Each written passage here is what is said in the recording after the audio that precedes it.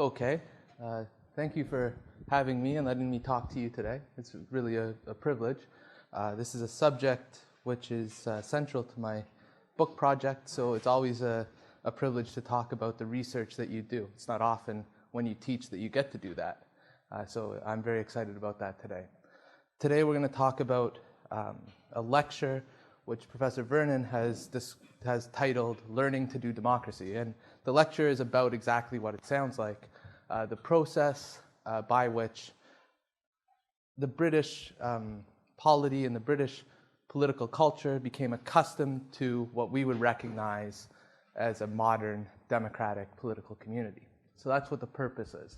The purpose is to explain the birth of modern democratic politics in the British context. Because as we'll see, as I hope to show you and convince you, over the course of the 19th century, certainly by the 1880s, and if you're a little bit skeptical, then certainly by 1918, Britain resembles what we understand to be a modern democratic political community, both at the constitutional level, that is, in terms of who's allowed to vote and who's not, and at the cultural level, in terms of the meanings that are ascribed to politics and language. The way we're going to do this, the methodology or the method, is really twofold. We're going to focus on changes to the relations of power, which and technologies of power, which united the constituency and the House of Commons, which is the elected body of the British Parliament, at both the constitutional level, that is to say the legislative level, the level of legal reform, and at the level of constitution or political practice and political language. Now, when I say the British polity and constitutional structure and so on, really what I mean is the House of Commons. Because as you likely already know, the British Parliament is divided between two houses, the House of Commons, which is an elected house, and the House of Lords, which is an unelected house. It's the revising chamber of the British Parliament, and it's populated by a bunch of aristocratic gentlemen who are there not by any democratic right, but are there because at some point in history, their father or their father's father or themselves or their self was given a title which entitled them to sit in the House of Lords. Also, another point of clarification before we start that's rather important. Just as Parliament is divided between the House of Commons and the House of Lords, British constituencies are divided between counties, what are called counties, that's a rural constituency, and boroughs. And the reason this is important to know, even though it sounds banal at the beginning, the legislative reforms which restructure voting qualifications over the 19th century are very different for most of the 19th century for counties and for boroughs. Boroughs are modernized and rationalized much faster and standardized much faster than our counties, not only in England and Wales, but also in Scotland and Ireland as well. Okay?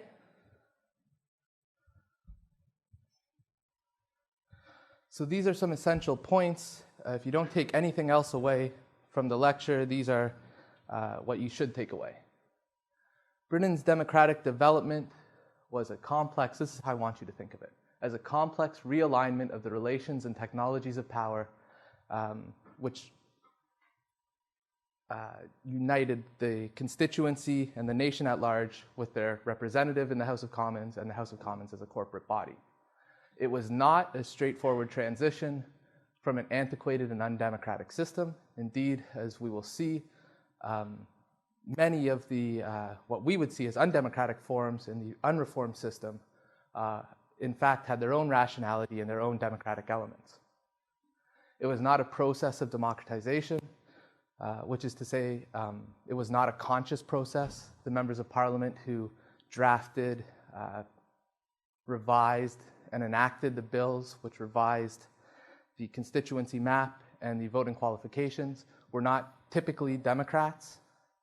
Often, the legislation was intended to be exclusionary, especially of certain people who were deemed unfit by gender or by age or by class. And it was not an even and progressive history, which is to say the legislation which we see as democratic and the reforms in practice and culture that we see as democratic, often when looked at more carefully, were involved in the stripping away of a pre-existing democratic, though informal, democratic culture.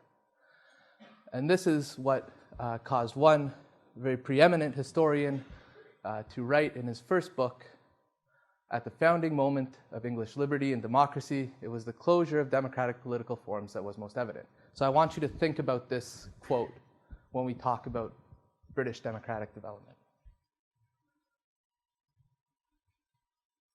Does that make sense so far?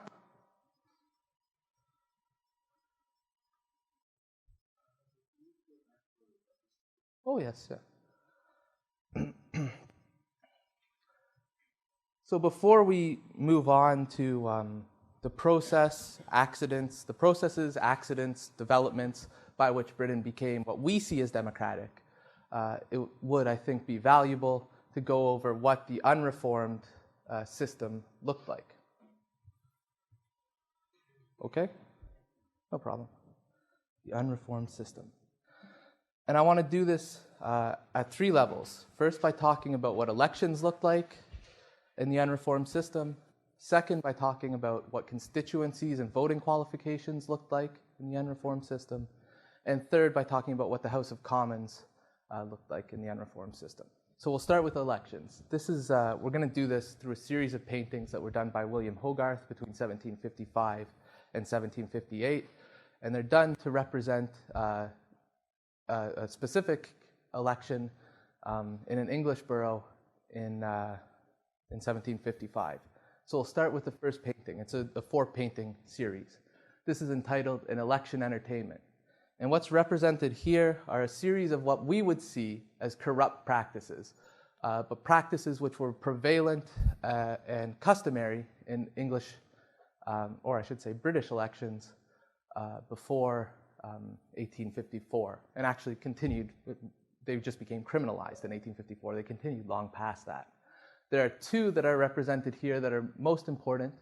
The first is treating. That's the general theme of this painting. Treating is the practice used by candidates at an election to sort of shore up support. And what it was basically buying usually meat or alcohol for potential supporters on the implied bargain that by buying them these gifts, they will vote for you. Sort of a form of bribery, but in the early 19th century, it was seen as much more venial than bribery. Bribery was seen as something that was actually a little bit more problematic. Bribery is also represented in this painting. If you look here in the far corner, you'll see a party agent attempting to bribe a man who's standing in the pose of a saint, implying that he is rejecting the bribe, while his wife, represented here, is yelling at him to take the bribe, and his son, who I can't see at the moment, but is somewhere around here, is pointing down at his feet, indicating that his feet are coming through his shoes, and Dad, you should take the bribe because I need new shoes, this sort of thing. So there's bribery as well. There's another party agent here being hit in the head by a brick, and he's holding a ledger, and if you can't really see it, but you can have it on my authority, that in the ledger it says sure votes and not sure votes, which is to say people who have taken bribes or people who have indicated their support by engaging in the practice of treating and people who are not. Overall, the painting represents something that is violent, that we would see now as corrupt and generally undemocratic. It does have, however, its own rationality and its own sort of democratic elements. This was a socially equalizing experience for the candidate. The candidate didn't want to spend his money on the constituency. He would rather keep it for himself. But this was necessary in an election to shore up support. And it was demanded by the electorate. This was not something that was used simply to manipulate the electorate. It's something that the electorate demanded. And the electorate often took advantage of the candidate. Here is the candidate here. having his ring stolen by a little girl, and having to nuzzle up with a rather unattractive character. So that's treating and bribery and election entertainment. It's meant to represent violence and corruption in the pre-reform system. This is the canvas. The canvas is not as important as the first thing. The canvas was a practice engaged in very early in the election process, and it's basically where members and their supporters and people they hired went door to door, seeing if people would support them at the election, if the constituents would support them at the election. It was necessary because if you couldn't generate enough support early on, there was no point in running in the election, especially since it cost quite a bit of money to constantly bribe and treat people. So it was a practice that was absolutely demanded. And again, it's an equalizing process, which candidates hated. They had to go door to door to people who they saw as their social inferiors, because invariably the candidate in an election is a local notable or an aristocrat. They had to go to people's doors who they saw as their social inferiors. They had to deal with the insults that those people give them. And so they hated it. But it was demanded by the electorate as something that the candidate had to do. So it was democratic in the sense that it equalized an unequal society. And the canvas is something that continues long past the unreformed system. One of the main points that you should take away from our discussion of the unreformed system, which I haven't made yet, is that a lot of these practices, treating, bribery, even though they're criminalized, proceed long, long past their criminalization. And certainly the canvas is never criminalized. The hiring of people to canvas for you is, but the canvas is never criminalized. And it's still to this day an important part of the election system in any Westminster parliamentary country. The next painting is very important. This is called the poll, and it represents the process of voting. And what I want you to note here is that this was a public process. Voting wasn't done in a ballot box in the unreformed system. It was done publicly. And the voting practice, the practice of voting, was not an individual thing, but a communal thing. So the person who had the vote would walk up the polling booth and indicate his support by standing where the color of the party he supports is. And then if he was standing in a place that the crowd, you see there's a large crowd at the bottom, popular crowd of unenfranchised or disenfranchised people. If he was standing at the wrong place, a place that they thought was not in the right interest of the community, then he had the threat of violence when he got down from there. And that to us would seem irrational, undemocratic. But when you have a society where the vast majority of the people don't have a vote, it is in fact rational and democratic, because it is a mode by which the popular classes can enfranchise themselves informally if formally they are disenfranchised. That's a very important point we're going to get back to later. Another less important, well, actually quite important point is that while the parties signal themselves by colors, in this period, in the 18th and long into the 19th century, this is a local thing. It becomes professionalized over the course of the century, but still there is no uniform party colors across the board. So while the Tories might be blue in one constituency, they might be red in another constituency. And party banners in this period in the unreformed system were typically done by local women generally. They're later professionalized.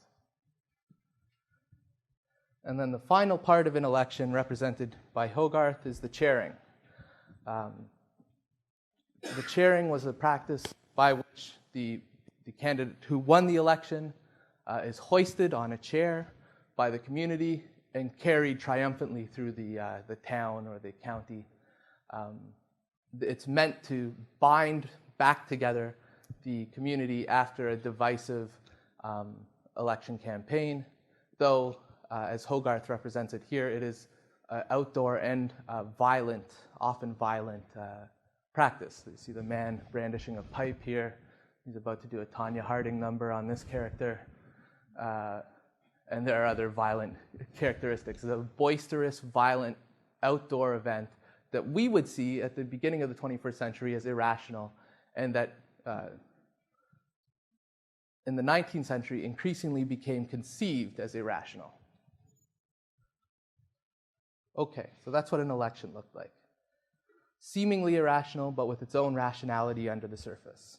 Seemingly undemocratic, but with its own informal democratic elements underneath the surface. Let's talk about constituencies and voting. The English electoral map and English, British, voting qualifications evolved over the course of centuries. And so there was very little standardization for qualifications for voting and for the relationship between the population size of a constituency and the amount of parliamentary representation it received. We'll start with qualifications for voting. Qualifications for voting, especially in the boroughs and the towns, varied drastically across the board. In some towns, you could be enfranchised if you owned a certain amount of land. In other boroughs, you can be enfranchised if you paid a certain type of tax. And the most quaint of all of the franchise qualifications for some boroughs was called the Pot-Walloper franchise. It is my favorite. If you own a stove that's large enough to boil a pot on, then you could vote in our town election, our national election in this town. And the important thing is, these varied from town to town, right? It's not like all of these qualifications existed in all towns, and there are just multiple ways that you can qualify to vote. In one town, if you lived in one town, and like Dunwich, for example, if you lived in Dunwich, and the qualification was a Pot-Walloper franchise, and you could vote because you owned a stove, if you picked up your stove and walked to another town, which didn't have that franchise, you couldn't vote in that franchise. So to us, it is a seemingly irrational, undemocratic system. Certainly not standardized. But under the surface, there is some rationality and democratic elements to it.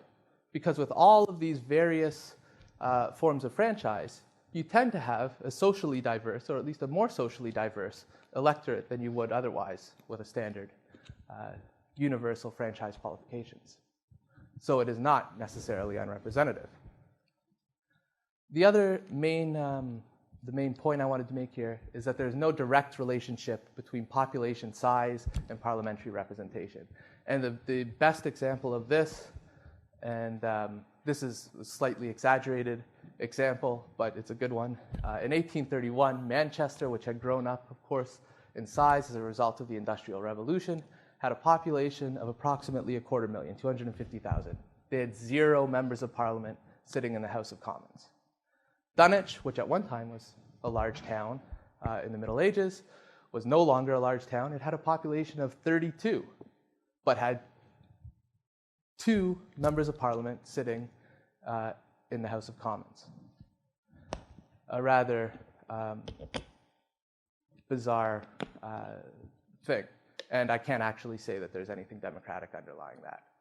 But okay. And what did the House of Commons look like is the next question. The next thing I want to provide you with in terms about what the unreformed system was like. First, it's important to recognize that it was dominated by the aristocracy, and would remain dominated by the aristocracy for the vast majority of the 19th century. It was also understood not Parliament, that's to say, as a legislative machine, something that should reproduce the national will in the form of legislation. That's not what its purpose was, really. Its purpose was, which is to say, provided a place for representatives and air grievances, hope that those grievances could be rectified in legislation. Do this before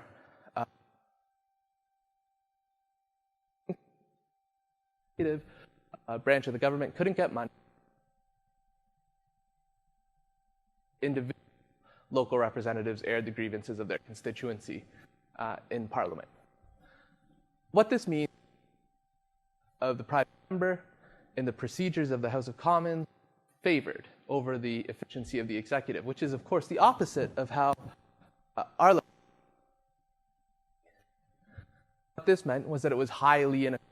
Of course, we complain about Parliament today, and I'm sure you complain about representatives today, as something that is inefficient, that doesn't get the national will achieved quickly enough. Well, trust me when I say this system was much less efficient. So when a bill was debated clause by clause, it was debated by all the members that only one time. There were no time limits on questions to ministers. There was provision closure of debate. It was a system that could be filibustered for hours and hours and hours and hours, and even days at a time. And by the 1870s, late 1870s and 1880s, there are some groups who are in Parliament for days at a time. Okay? And the final thing is that there's limited public knowledge of what's going on in Parliament. There is no sophisticated system of parliamentary reporting. There's obviously C-SPAN, but even newspapers for the very early part of the 19th century are not permitted to publish debates. They do, and some are prosecuted for doing it, but they're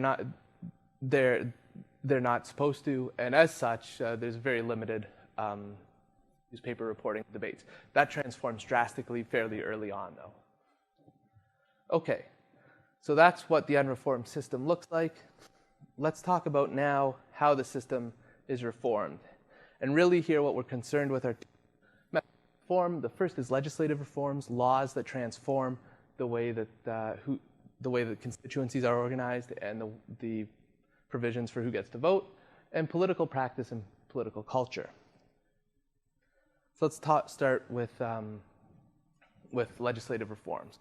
And there are two classes here. One transforms who gets to vote and, well, basically who gets to vote. And the other transforms what happens, what's permitted, what sort of practices are permitted in an election.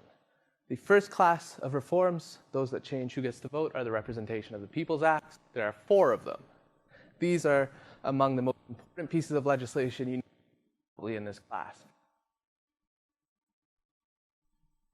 The Reform Act of 1867, 1884, and 1918. And what these do, I've provided you the handout with all the specific generic details. The relationship between population and representation, right? So they enfranchise groups like, or constituencies like Manchester, who did not previously have representation, and they distribute into bigger other constituencies. They also standardize voting qualifications, both in the boroughs, property, age, and gender. Okay? By gender, we mean and females are not. By age, we're talking about above the age of 21. And property varies throughout the 19th century, but it typically has to do with how much a house is worth in rent, or how much a room that is being rented is being, what the rate it's being rented at. And finally, what they do is vastly increase the size of the electorate throughout the United Kingdom. Now, as I said, I've given you a handout with all the details, so I won't go into significantly the specifics, but what we should do is provide some basics. So the first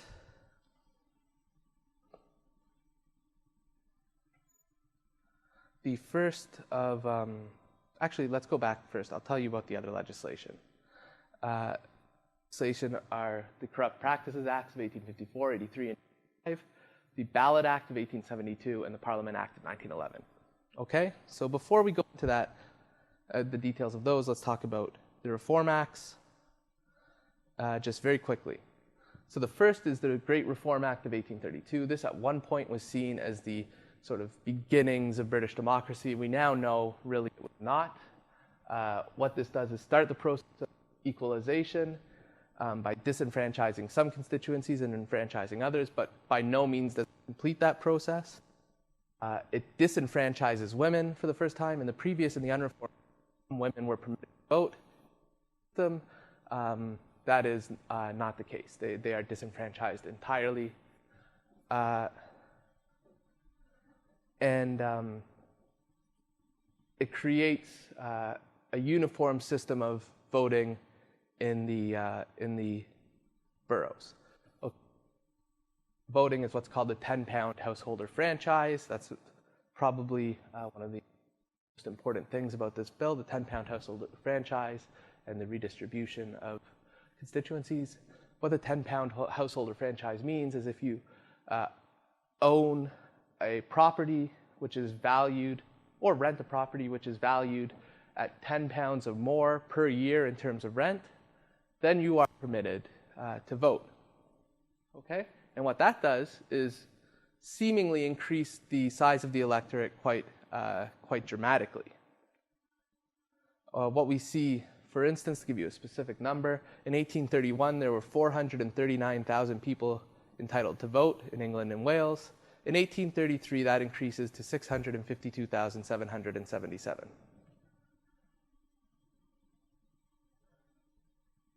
And the final thing that this bill does is make registration as a voter mandatory. So if you want to vote in an election, you have to register as a voter on a registration list.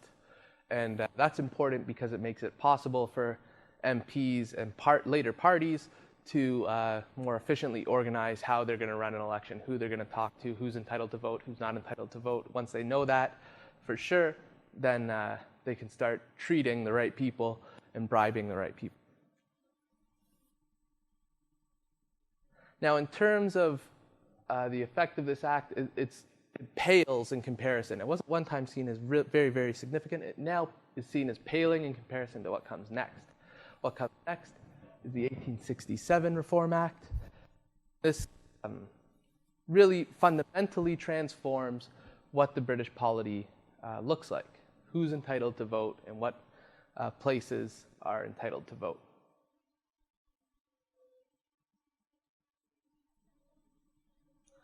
Most notably, what this bill does is give in England, Wales, Scotland, and Ireland, there's a separate bill for Ireland.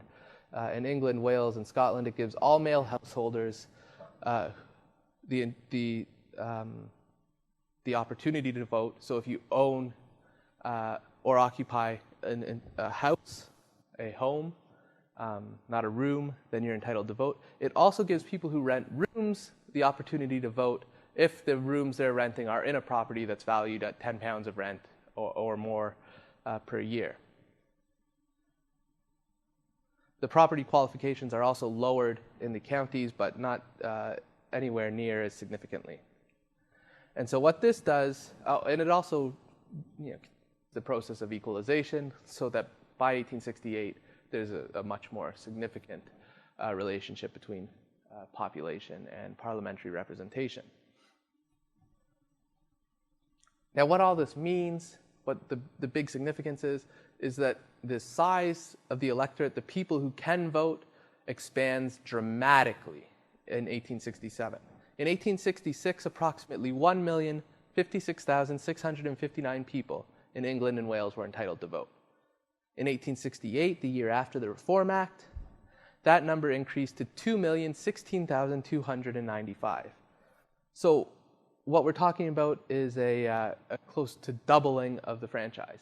Now, I need to emphasize as well that still the vast majority of the population, the male population, adult male population, is still disenfranchised. There's still large numbers of people who cannot vote. And of course, all women are still disenfranchised.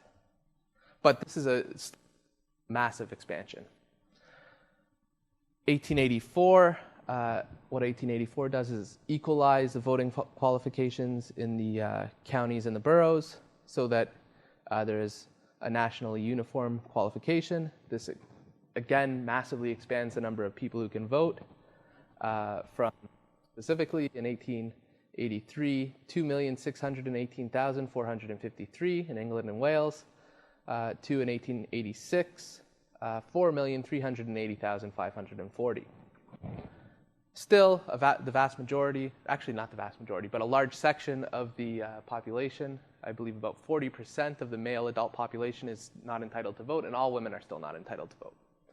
In 1918, the final Reform Act is passed, and this enfranchises all adult males as well as some adult females. If you're over the age of 30, you're entitled to vote, but there are some property and marriage qualifications attached to that. So it's not actually all women above 30. They have to meet certain other qualifications. Now, as I said, accompanying these acts are other forms of legislation which transform the way political practice at elections occurs. The first are the Corrupt Practices Acts of 1854, 1883, and 1885. And what these do are criminalize certain practices associated with what we saw in unreformed elections. So bribery, treating are both criminalized, and certain fines are imposed if you're caught involved in those practices. Also, things like personation is formally criminalized, so you can no longer pretend to be somebody who has the vote and vote on their behalf. That is now a criminal act. And there are a number of other practices which you would have read about in your readings that are criminalized. 1885 really isn't that significant. That's just a rather minor amendment to 1883. Really, the two important ones are 54 and 83, which begin the process of criminalization, and then 83 significantly increases the penalties. Ballot Act of 1872 makes public voting, it eliminates public voting, so now voting has to occur privately. And the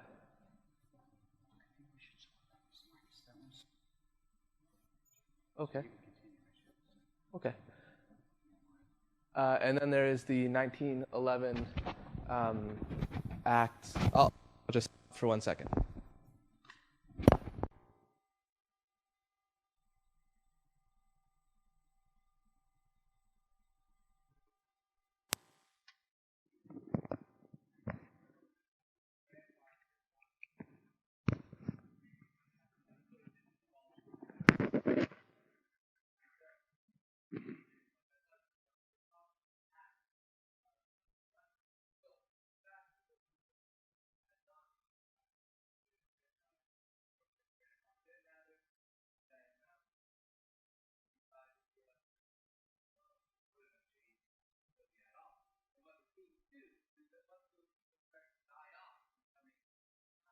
Decades, the size of the electorate in some constituencies, not all, remember the voting qualifications vary from constituency to constituency, but in some constituencies, we see a decrease, a decline in the size of the electorate between the 1830s and the 1860s. To be more specific, I'll tell you about one constituency in particular, Boston. In 1832, so after the Reform Act, approximately 38.5% of the population could vote. But 20 years later, in 1852, when some of those people who had been grandfathered in died off, only 28.4% of the population could now vote. So what is important there is really that the statistics of an increasing electorate, especially before 1867, are deceiving. After 1867, they're deceiving as well, but that's just because sometimes we don't include in or don't think about the vast majority of people who are still just unenfranchised. Another thing that the 1832 Reform Act did, which really complicates the story of democratic development, is it made it so that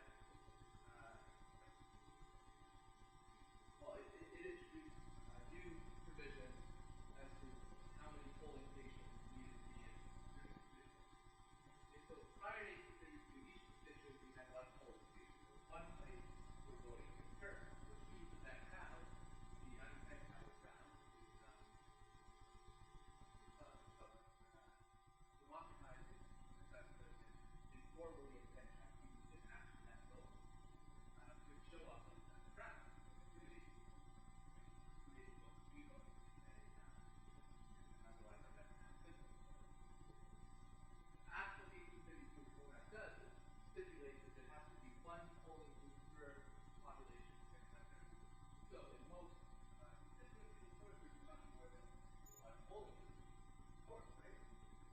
And what this means that the crowd is divided and was not in much more. Because, of course, prior to 1872, prior to the ballot act, there's no voting is still public, but it's no longer public in the same way. It's in a way that can be easily, in a way that you don't have to look deep to franchise yourself for a professional crowd. The 32 Act also stipulated that the returning officers back to voting back to the election can determine the hours that the polls will be open. Which means if you wanted to, you could determine that they would be open during working hours, which meant that all those people who already didn't have to vote simply could not show up because they had to be working. So again, that complicates the story. We see as we seem to see the advance of the democratic political communities, we also see the stripping away of pre-existing, though informal, democratic forms. And of course, the 1872 Reform Act, in terms of the power of the crowd, is the final sort of nail in the coffin. Right? The 1872 Reform Act makes it so the crowd has no influence whatsoever. And still in 1860 and 1872, the majority of the population is unenfranchised. And the Corrupt Practices Act, those three pieces of legislation that I talked about, criminalizing certain acts we would see as undemocratic or corrupt, was criminalizing acts which in some ways could be interpreted as socially equalizing, or in other words, as democratizing. So the legislation I've talked about really was not purely democratic, or at least it was not an even transition or a progressive one.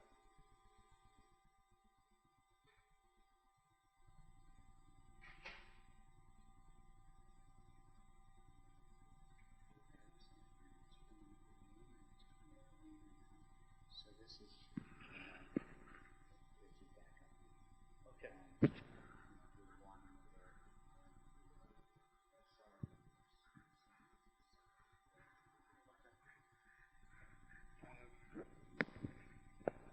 Okay. Now, continuing on.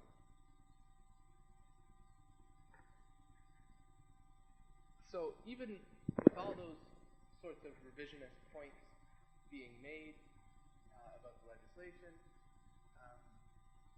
it's still undoubtedly true, especially after 1867, that the electorate has grown quite significantly, and especially, of course, in 1884 and 1918, it grows dramatically and becomes much more even. So even with the revisionist points being made, even with the story being complicated, we are still talking about an expanding electorate, at least after mid-century. And what this means is that the British political system and the institutions and groups which define that system, parties and so on, have to learn how to deal with this new electorate, this new group of people. How are they going to be mobilized, and how are they going to be molded to fit the system?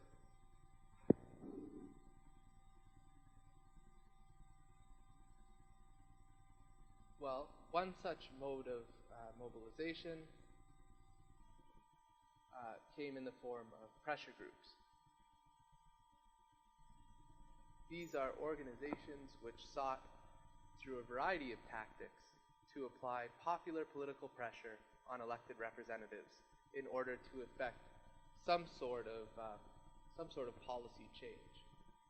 These sorts of groups emerged first in the 1840s and 1850s, and by the 1880s and 1890s, they were prevalent in British political culture. And really, the transition point is 1867, the massive growth of the electorate that occurs then. After 1867, there's a clear takeoff in the number of pressure groups that exist.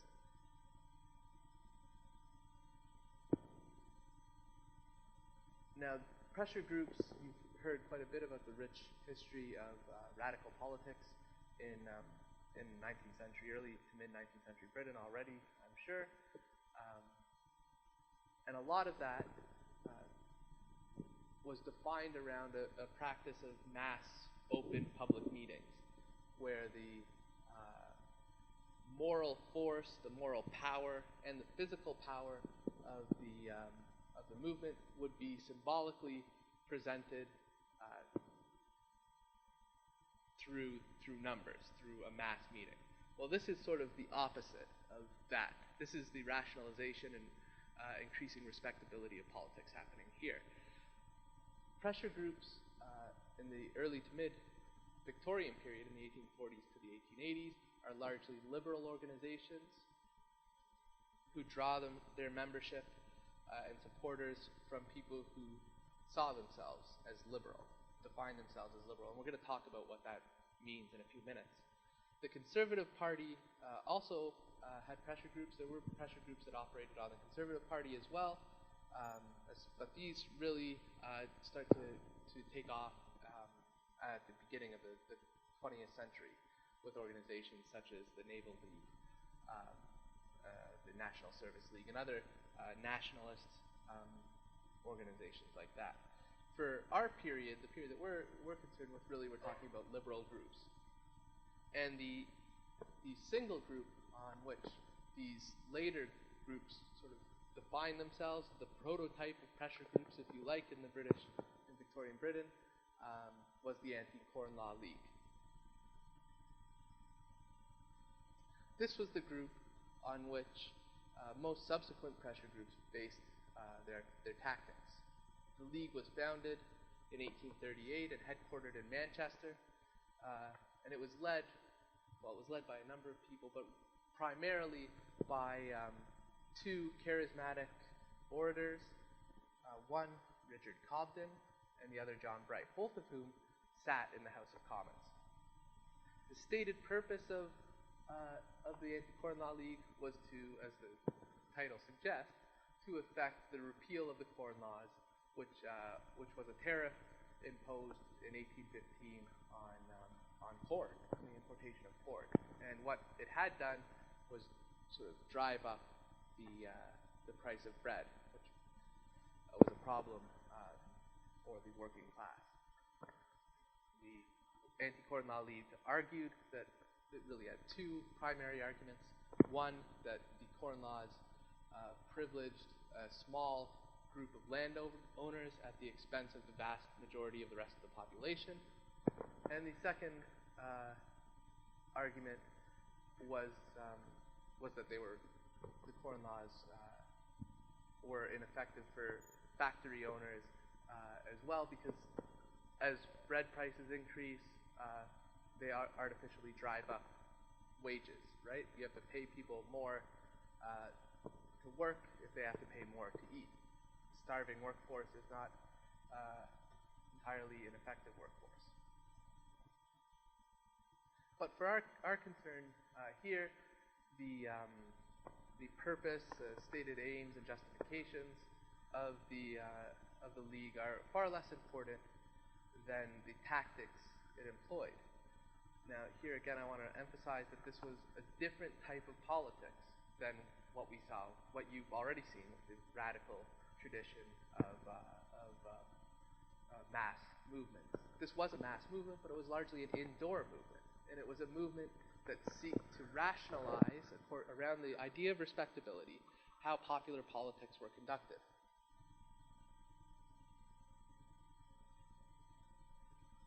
So while it did, certainly, I'm not saying it did not hold outdoor meetings, it also held large-scale indoor meetings. And its primary tactic was not outdoor meetings, even though it did hold them. What it did was pressure. It aimed to put pressure, respectively, on MPs, and typically liberal MPs, because this was a liberal group. So what it did to do that was send large groups of constituents, what were then called deputations, up from the constituency to London to meet with their elected representative, and to tell the representative that if he did not help them lobby for their cause, the repeal of the Corn Laws, to the sitting ministry, to the ministers of government, then they would no longer support him come election time. So they tried to create lobbyists out of MPs.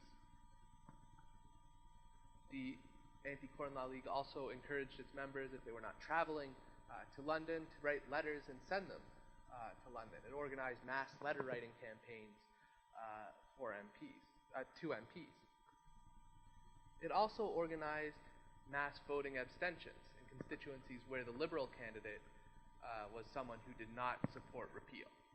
Okay, so Liberal candidates obviously rest on Liberal support, and what the Anti-Corn Law League did was exploit that. It said to the Liberal candidates who didn't support repeal, if you don't change your mind, if you don't change your stated policy, then there's going to be a large contingent of Liberals in your riding who are not simply going to show up to vote. In addition to that, they sometimes also ran their own candidates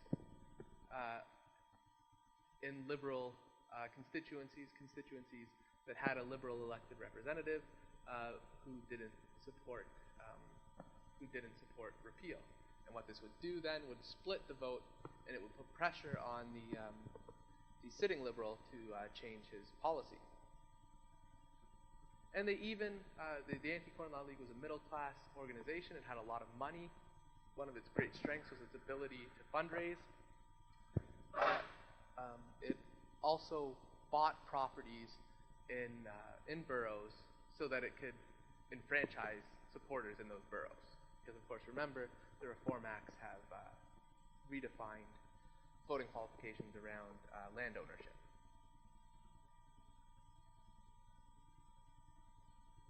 So, in short, really, what the League does is use the emerging new electoral system to put pressure on the MPs. And the League, at least to the eyes of its contemporaries, was successful. The Corn Laws, of course, are repealed in 1847 by the government of Robert Peel, and it appears to contemporaries that this is in large measure the result of Anti-Corn Law League lobbying. It is in reality not so much the case that's true, but to contemporaries it appeared to be. And because it appeared to be successful, and because the franchise was expanding, and because the electoral system was becoming defined around the standards of respectability, which the League defined itself around, pressure groups start to proliferate in the 1850s, and then especially in the 1860s, around all sorts of causes, not just the repeal of the Corn Laws, but things like temperance, that is to say the anti-drinking. Supporters of non-denominational schools formed the National Education League in 1869. Campaigners, another example, campaigners for the disestablishment of the Anglican Church, the official Church of England, formed what was called the Liberation Society in 1853. Really, by the 1860s and moving forward, almost every single liberal issue starts to develop its own pressure group. And that's another important point that I think I may have forgotten to say at the beginning. These are single-issue groups, right? The Chartists had the 6 points of the Charter. Each of those points was a policy change which would be difficult to achieve. What the Anti-Corn Law League does, and what the subsequent groups do, is have one single issue that they advocate for. And it's usually not as difficult to achieve as the 6 points of the Charter, right? So these are single issue groups. That is the other important thing that I think I forgot to say at the beginning.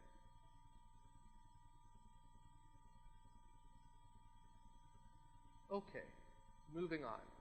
So if pressure groups at the popular level were one way that this new electorate was mobilized, to use the title of this lecture, if that was one way that Britons were learning to do democracy, another way that they learned to do democracy was through party politics. Party politics, of course, predate the Reform Act of 1867. Really, they start to emerge seriously in the 1830s with the Tamworth Manifesto, which forms the Conservative Party, or what at one point was the Conservative Party, and the Litchfield House Compact, which was an agreement between a number of factions in the House of Commons to unite against the newly emergent Conservative Party. But in this period, in the 1830s and up to the 1860s, even the beginning of the 1870s, these aren't really parties as we would understand them. They did have an infrastructure. There were whips, and whips were to a large extent effective at disciplining the party members, largely through the distribution of patronage. But the identities which formed these parties were fuzzy, right? They were really groups united, a bunch of factions united into a party. They didn't have a high degree of ideological cohesion, and there certainly was no national party doctrine.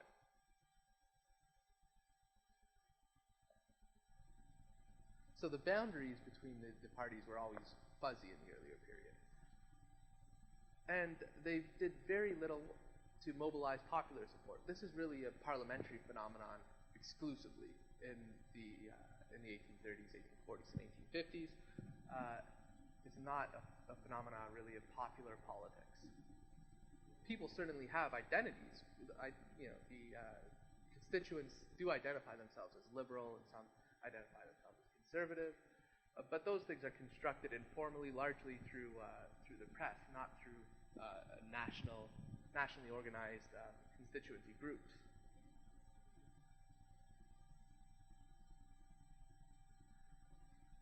After 1867, however, we see the development of disciplined, professionally and nationally organized parties that have clear and, very importantly, nationally cohesive identities, and of course doctrines and ideologies as well.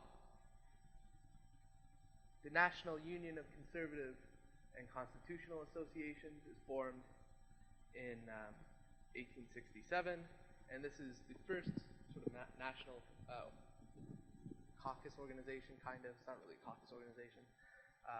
It's really a means of uniting the various conservative associations throughout the country into one sort of central hub. And then 2 years after that,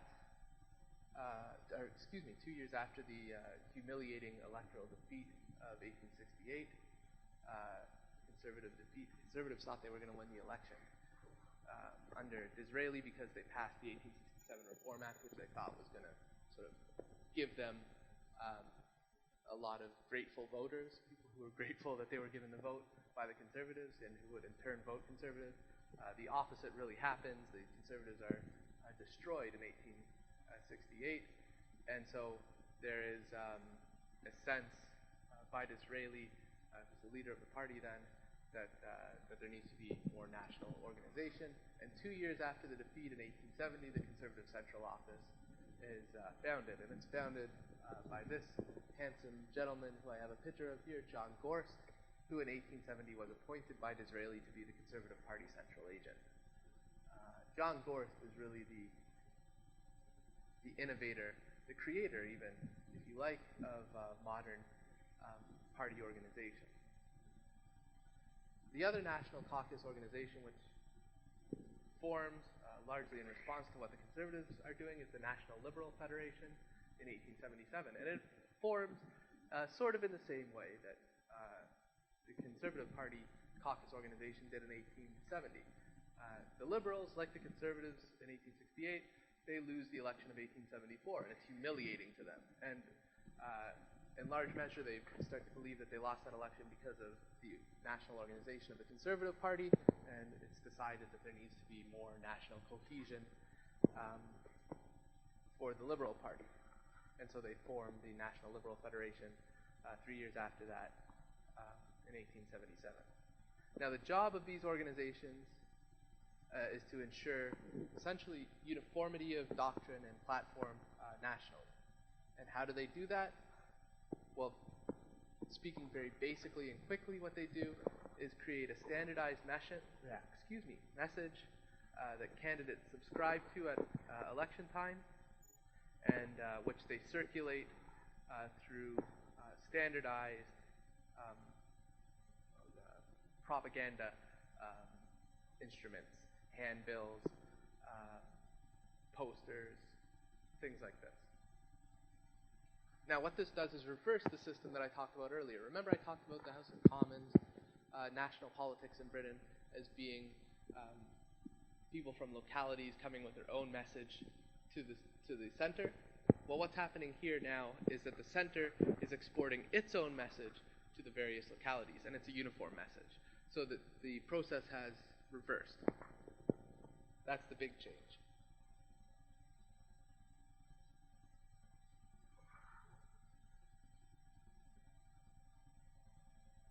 Now, in addition to the uniformity of party doctrine during this period, we also see the polarization and consolidation of political identities around parties, party identities. And in large measure, this hardening of identity occurs around the personalities of two very charismatic leaders. The first is Benjamin Disraeli, who heads the Conservative Party from 1868 to 1881, and the other is William Gladstone, who heads the Liberal Party from 1866 to 1894. Though with Gladstone there's a small period where he's not the leader. He comes back triumphantly in the 1880s. Disraeli becomes the national face of conservatism, and he shapes his party's identity around very sort of clearly defined principles. Tradition, that's to say the continuity with the past, monarchy, empire, and what maybe you would not expect, working class social reform. Now, I want to emphasize that these are very nationalist principles, right? But for Disraeli, and they're also principles that are socially, it's a view of society that is socially broken up. There are different classes in society in Disraeli's view. But this is not really an exclusivist or exclusionist vision. It's a nationalist one. While there is a variety of different social groups for Disraeli within the nation, these are all united by virtue of the fact that they're all British. And this is what came to be known as one nation conservatism. That's the sort of ideological title of Disraelian conservatism, one nation conservatism. Gladstone, on the other hand, is very different. He becomes the national face of liberalism, and he shapes his party's identity around the ideals of temperance. So he sees alcohol as the curse of the working man, tolerance, improvement, and manly masculine independence.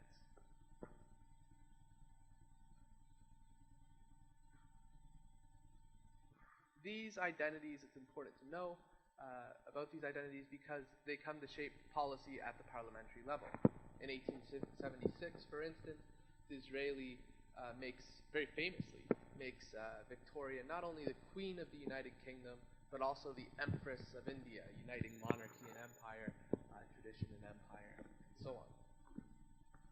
And for much of Gladstone's very long period as Prime Minister, his policies are defined around moral causes, because for Gladstone, as you already should have been able to guess, politics is really a Christian moral endeavor, a Christian moral mission. And his policies become defined around moral missions. From, for instance, his attempts to pacify Ireland, to his complaints about the Bulgarian atrocities, to his pursuit of temperance and the elimination of drink, something which he slightly pursued through the 1872 Licensing Act. Now, as I already said, the important, and I want to emphasize again, the important distinction here is that Gladstonian liberalism saw politics as being driven by moral imperatives, and these extended beyond class and beyond national boundaries. Gladstonian liberalism is really a Christian mission, but one that's tied to the Victorian ideal of progress. This is not really the case for Disraelian conservatism or one-nation conservatism. For Disraeli, politics centers on national traditions, prestige, and interests. It's a layered society. It's a very sort of it's made up of exclusionary groups, but the groups are all united in one way or another by virtue of the fact that they are British. Now, in addition to shaping policy at the national level, these identities also shape how party is lived and experienced at the popular level. Because what you're going to see in just a second is that's how party became part of. That's how party identity developed at the popular level. It was something that was experienced and lived. It became an essential part of the being of an individual. And how does that happen? How does party become something that is experienced and lived? Well, it becomes that through the making of it a social activity. Party becomes a social activity. And that happens after 1867, mostly through the rise of political clubs at the popular level. The purpose of these clubs is to educate, to indoctrinate, and to mold the popular vote, which in other words means to create allegiances, loyalties, and solidarities around specific party identities and doctrines. And how do they do this? Well, I've already said it. They transform party from a political allegiance to a way of life, from something that is understood rationally according to a set of principles to something that is experienced and lived and becomes part of the being of a particular person. These political clubs don't just provide a forum for discussing policy. They provide a wide range of social activities which knit together local conservatives with other local conservatives, and local liberals with other local liberals. And the social activities they provide to knit these people together are defined around the identities of Gladstonian liberalism and Disraelian conservatism. So liberal clubs naturally become sites for the moral improvement of their members. And of course, these are alcohol-free zones because Gladstone, remember, is a big advocate of temperance, which he sees as the sort of what's going to emancipate the working people of Britain. The liberals organized lectures on the history of liberalism and great former liberal statesmen. They organized plays and readings and bazaars. And these are not masculine zones. I said that the Gladstonian liberalism was defined around masculine independence, but it's important to understand that masculine independence for the liberals was a domestic. It was based on a domestic principle. The independent man was independent so that he could take care of his family, and so it was not there was not such a separation of private and public. These two things were connected for the liberals. And so liberal clubs were also based on a certain ideal of domesticity.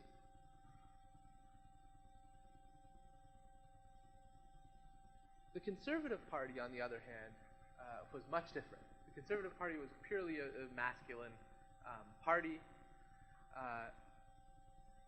and it was really the sort of fun party. Conservative Party clubs, were places where people went to drink, to play billiards, and to smoke tobacco. In other words, they played to certain forms of sociability which were already ingrained within the male working class. These were largely male activities. So what's the difference here? Well, the liberals are trying to they're explicitly trying to reshape their voters according to a particular, mostly middle class understanding of what respectability is. And thereby, they're pushing aside and even demonizing traditional forms of male working class culture. Well, the conservatives, they're a very clever bunch. The conservatives grab hold of this. They don't push traditional forms of culture away. They don't demonize those forms of sociability. They grab onto them. The conservatives, by doing this, become a very sort of effective party at gaining working class popular support towards the end of the century. In fact, the end of the century in British popular politics is in part defined by this renaissance of popular, what is called popular Toryism. And the reason for this renaissance of popular Toryism, some historians argue, and I would make the same argument, is largely because of these clubs and their particular identity. The clubs were successful not only because they were fun, but because their attachment to traditional forms of working class culture acted as an implicit critique of what the liberals were doing. The conservatives could say that the liberals are trying to remake you, they're trying to reshape you, they don't understand you. The conservatives became the party of the everyday man, of the working man. They said, we won't try to reshape you. Your forms of sociability are acceptable here, which is, of course, a very different meaning than that which was generated by the liberal clubs. The liberals, in turn, were able to be represented by conservatives as a group that had been hijacked by evangelicals who desired not to protect the liberties of the working man, or of the ordinary Briton, really, but to circumscribe those liberties. And when I say the ordinary Briton, or the working person, really we're talking about the working man from the conservative perspective. The conservative message is really a masculinist message, you see. And this is a very sort of powerful one at the end of the 19th century, because as you're going to hear in Professor Vernon's later lectures, at the end of the century there's this huge anxiety over British masculinity. This sense that public and private are collapsing, that women are being more public and in places they shouldn't be, that men are losing what were traditionally their privileges. And the conservatives provide a message that is based on that anxiety, that exploits that anxiety. And because it exploits that anxiety, it's exceptionally successful.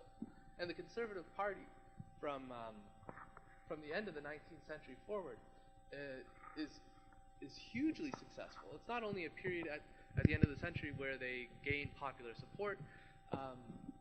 That popular support transcends the 19th century into the 20th. The Conservative Party is really the most successful political party probably in the Western world. It rarely loses elections in the 20th century. And part of the reason it rarely loses elections are the identities it forms in the 19th. Okay? The nationalist identity.